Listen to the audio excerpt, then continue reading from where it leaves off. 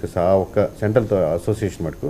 But central పార్టీతో ఏదైతే గవర్నమెంట్తో కావాల్సిన సపోర్ట్ మటుకు 100% ఉంటే ఆబ్వియస్గా మనకు అడ్వాంటేజ్ ఉంటుంది, ముందుకు తీసుకెళ్ళడానికి ఎక్కువ మనకు అది సపోర్ట్ అవుద్ది.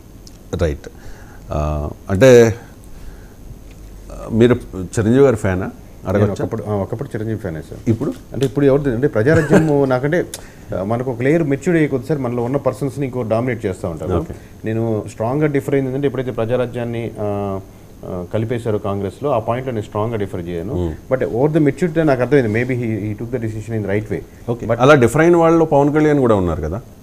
ఉండొచ్చు. దాన్ని అప్పుడు జరిగిన ఒక ఘటనని, ఆ ఇన్సిడెంట్ని అలా జరగడాన్ని నేను పవన్ కళ్యాణ్ ఛాలెంజ్గా తీసుకున్నాను. అంటే నేను వ్యక్తిగతంగా తీసుకుంది కదా సార్. నేను ఓవరాల్గా అంటే సమాజంలో ఇప్పుడు నేను అబ్జర్వ్ చేసిన అది ఎంతోమంది రాజకీయ దురంధులు ఉంటారు, వాళ్ళంత ఎక్స్పీరియన్స్ కానీ వయసు కానీ నాకు లేదు. బట్ ఒక పర్సన్కి కొన్ని లక్షలాది కోట్లాది మంది కొత్త పాలిటిక్స్ తీసుకొచ్చే అవకాశం ఉన్నటువంటి ఆ సిచ్యువేషన్ సార్ అప్పుడు 2009లో. సో దాన్ని తుపాకులు మునిమ్మ అని మీకు ఫస్ట్ సీట్ ప్రకటించాను నెల్లూరు జిల్లాలో. సో అలాంటి సీట్స్ ఇస్తారు. నా ఉద్దేశం ఆయన హోప్ ఏంటంటే నేను ఫ్యాన్ కాబట్టి ఆయన కదా, ఆ పొజిషన్లో ఎవరున్నాగా నేను అలా సపోర్ట్గా మనసు అనేది. బట్ అలాంటి కొత్త డిఫరెంట్ పాలిటిక్స్ చేయగలుగుతారు అన్న నమ్మకం లేదా అవకాశం కూడా మీకు గడిచిన 75 సంవత్సరాలు ఆంధ్రప్రదేశ్లో అలాంటి అవకాశం ఇద్దరికే వచ్చింది. సో రెండో వ్యక్తి చిరంజీవి గారని నేను అప్పుడు బలంగా నమ్మేవాడిని. సో ఆ చేంజెస్ ఏదైతే కరప్షన్కి అగేనిస్ట్గా లేకపోతే కొత్త ఓట్ బ్యాంకింగ్ రావడానికి, కొత్త నాయకులు రావడానికి ఒక 100% అంత అవకాశంలో పీపుల్ కూడా అంత బిలీవ్ చేసేదానికి. ఆ తర్వాత మళ్ళీ ఏ హీరోని కానీ లేకపోతే ఏ కొత్తగా చేంజెస్ చేసుకొచ్చిన ఆ ఫెయిల్యూర్ ఎఫెక్ట్ అందరి మీద పడింది.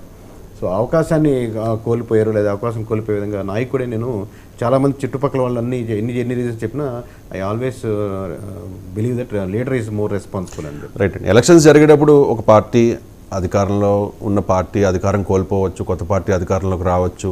ఇవన్నీ సహజంగా మనం చాలా రాష్ట్రాల్లో చూస్తూ ఉంటాం. కానీ ఆంధ్రప్రదేశ్లో ఈసారి జరిగిన ఎన్నికల్లో చాలా అసాధ్యం అనుకున్నవి జరిగాయి. ఒకటి, 2 సామాజిక వర్గాలని కలపడం.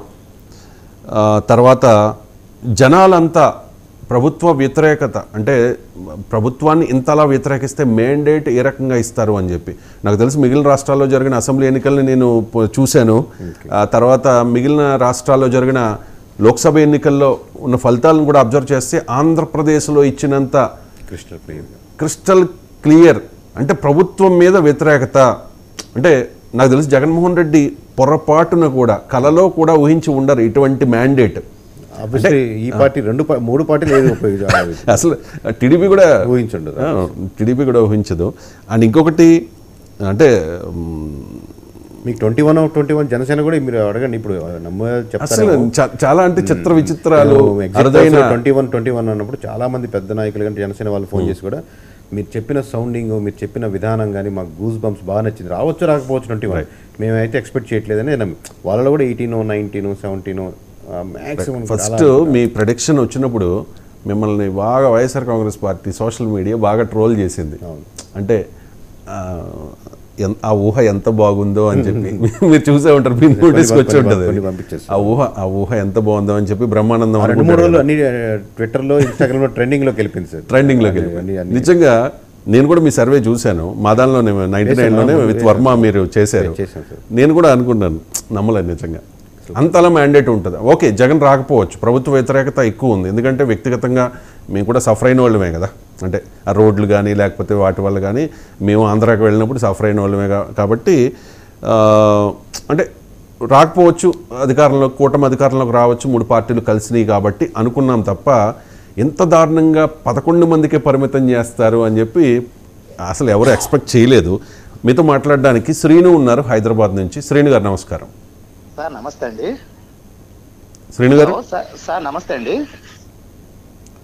సార్ నమస్తే అండి, వినపడుతుందా? హలో శ్రీను గారు. శ్రీను గారు మాట్లాడండి. నమస్తే అండి, నా పేరు శ్రీను. కేకే సర్వే సార్ పేరు ఏం పేరండి మర్చిపోయాను. కొండేటి కిరణ్ గారు. కేకే అనొచ్చు మీరు. ఓకే కదా, ఎందుకండి కిరణ్ గారు మీరు ఆ రోజు ఎక్స్ప్లెయిన్ చేసేటప్పుడు 21 అన్నప్పుడు అసలు మా గూస్ బంప్స్ టీవీ ముందు ఇలా నిలబడి షేక్ అయిపోయామండి. నిజంగా మీకు సెల్యూట్ అండి, సూపర్ సర్వే చేశారండి. Thank you sir. Hello, thank you sir. చెప్పండి సార్. చెప్తాను. ఇప్పుడు ఇంకోటి ఏంటంటే ఆంధ్రాలో నిజంగా ఆంధ్ర బాధితుని కూడా నేను బంధువుని ఆంధ్ర అంటే అల్లుడిని అవుతాను. వెళ్తే పండగ కూడా చక్కగా చేసుకోలేకపోయినాం సార్. ఇంత